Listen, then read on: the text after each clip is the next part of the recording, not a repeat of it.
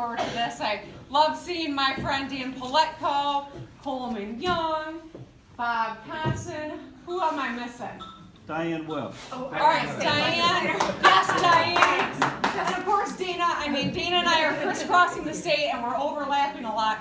And it's exciting, and I know that she has seen it too. There is an energy across our state like nothing I've ever seen before.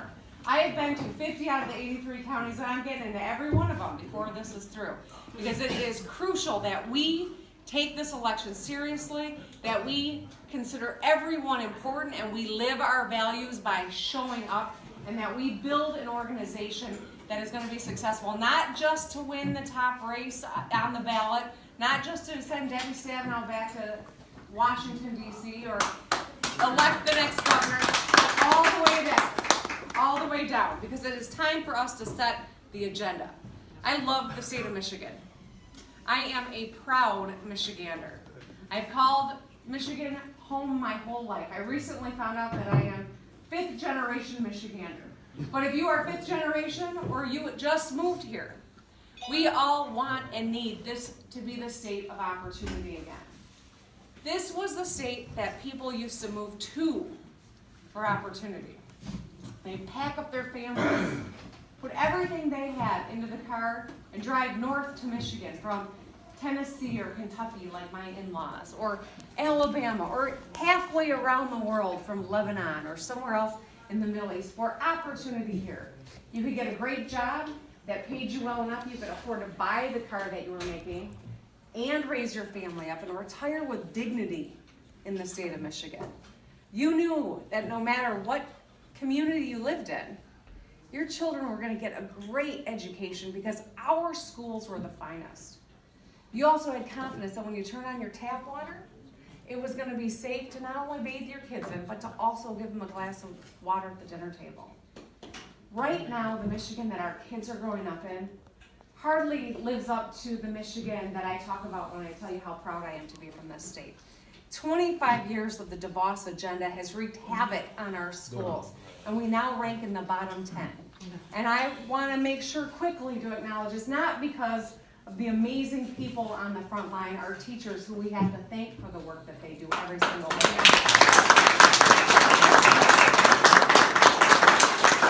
And the parapros and the bus drivers and the food service workers.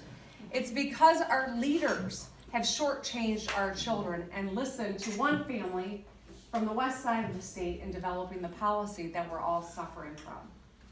There used to be a time where we lived up to the Great Lakes, phrase, and we knew that we had the best, cleanest water around, and now we have a city full of families that may never trust government again. And who can blame them? Because their government failed them. 8,000 children brush their teeth every night with poison because the Attorney General that Dana was talking about didn't do his job, and our governor created the mess in Flint that so many families are suffering from. And there are families across our state.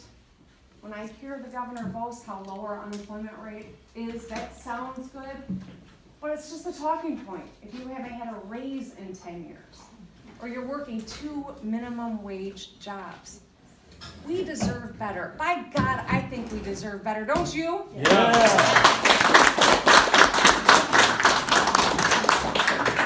I am no stranger to a tough fight. I don't go out of my way looking for them, but I don't back down from a tough fight either. When I was in the legislature, my colleagues asked me to be their leader. Senator Young was one of my caucus members who voted for me to be the leader of the caucus in a sea of Republicans. We took them on. When the judges in my county asked me to come in and clean up our prosecutor's office, I took it on. And when the whole Republican establishment locked the public out of the Capitol and passed their so-called right-to-work legislation, we took them on. We didn't just stand outside with the nurses and the firefighters and the auto workers. We busted open the doors of the Capitol, and we let them in, and we led the resistance from my office.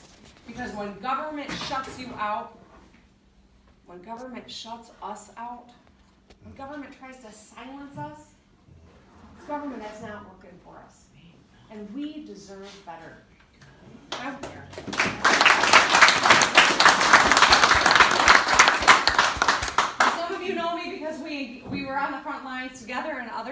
or getting to know me.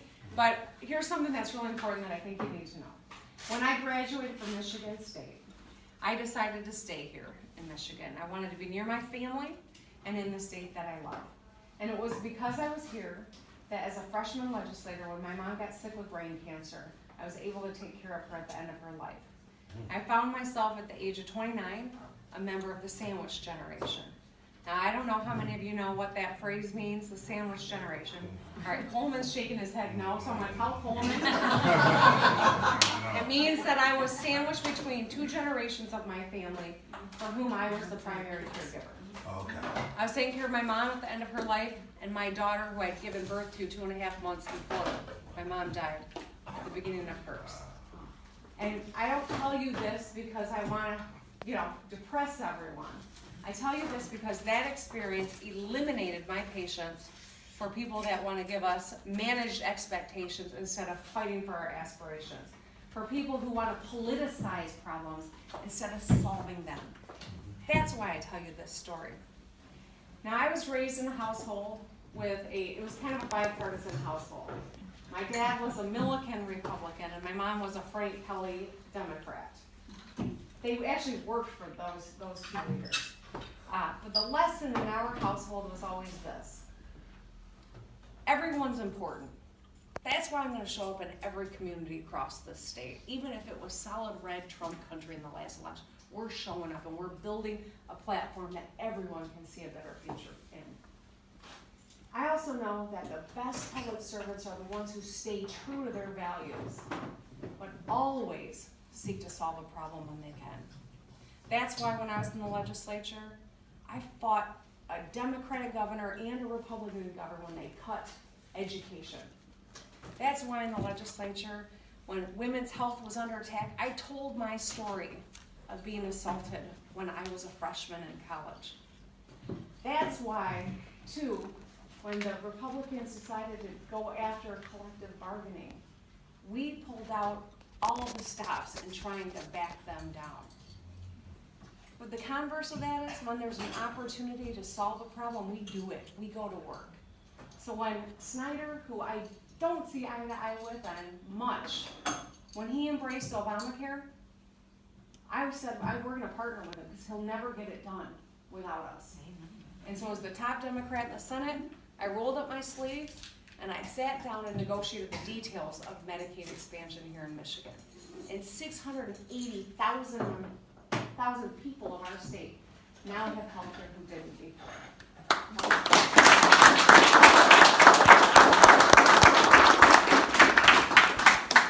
So as I get across the state, whether I am in Go Give It County, which, we don't even have a mitten up here. All right. I get out my homemade mask. Over here. There you go. Go Give It County, the western end of the Upper Peninsula, to Grozio. From Dearborn Heights to, give me a D. Detroit. That's not that far. All right. Well, you get what I'm saying. Thank you. Do it. Across the state, I'm hearing the same thing from people, no matter where I go. It is the fundamental dinner table issues that we got to solve in Michigan for families. It is making sure that every child in Michigan has a great education to level the playing field and get us started off in life. That means universal early childhood education for every youngster, so that when they start kindergarten, they're ready to learn. It means supporting our professionals who go into education by paying them a good wage, giving them the support they need. And it means making sure that every graduate of high school has a plan. You graduate with a plan. It's either a plan to go on to a skilled trade, which we've got to make sure that we've got industrial arts in our schools again, or a free community college degree, which is what I'm throwing on the table. We're going to get it done. Or using that kind of an investment toward a 4-year degree. We have got a massive skills gap in Michigan. And until we close that gap, we're not going to see our economy grow in a way that grows our family incomes too, until we close that gap. And I think it is a long overdue that we start putting Michiganders to work rebuilding Michigan. And I'm talking about those potholes out there. put people to work in good paying jobs, and rebuild the infrastructure that is wreaking havoc on our cars and in our water systems and leaving communities behind who don't have broadband. These are the fundamental infrastructure things that we gotta solve here in Michigan to make us competitive, but to make this the place where our kids can thrive and others will move to for opportunity again. And we've got to continue to work to expand healthcare. I did a lot of work on that front with Medicaid expansion, but until everyone in this state has affordable, quality healthcare, our work is not done. I'm ready to create the Department of Great Lakes and Fresh Water and take Michigan from laughingstock to a world leader on water management and create a blue economy right here in Michigan. We've got 21% of the world's fresh water. We've got research universities. We need to make this the state that people look to when they ask, how do we make things work? How do we fix it? How do we make sure that everyone in the state has affordable, clean water? That is not too much to ask. That's the minimum that we deserve. And I told you I'm excited about this campaign. I'm energized by what I see. We are building a movement here, and it's not just about an election. This is about the future of Michigan. This is about who we are and what kind of a state we want this to be. This election is about for the soul of our state, the future for our children. The stakes are high, but the environment is favorable. I'm here to report. We just need to execute. We have moved my headquarters to the city of Detroit. We are on Livernois and 7 Mile, if any of you want to come and volunteer. We will be building out 9 regional offices in the next couple of months. And we are gonna run a ground game like no one's seen before. We have surpassed fundraising records, but we got a lot of more work to do on that front. We've got 13,000 people signed up to volunteer across the state. We're wrapping up our signature collection, and then we will transition right into persuasion and voter registration. We are serious about running a campaign like no one's ever seen before. And we are serious about finally retiring Bill Schuette once and for all.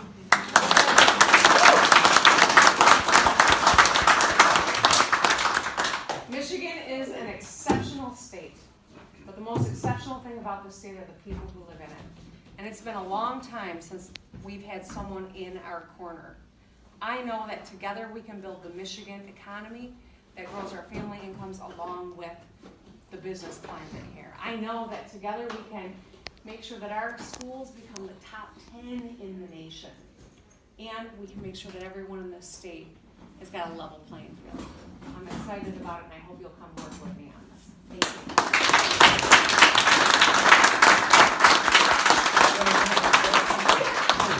I'd like to make one comment. I had the opportunity to serve with Gretchen in the legislature, and in caucus and discussions,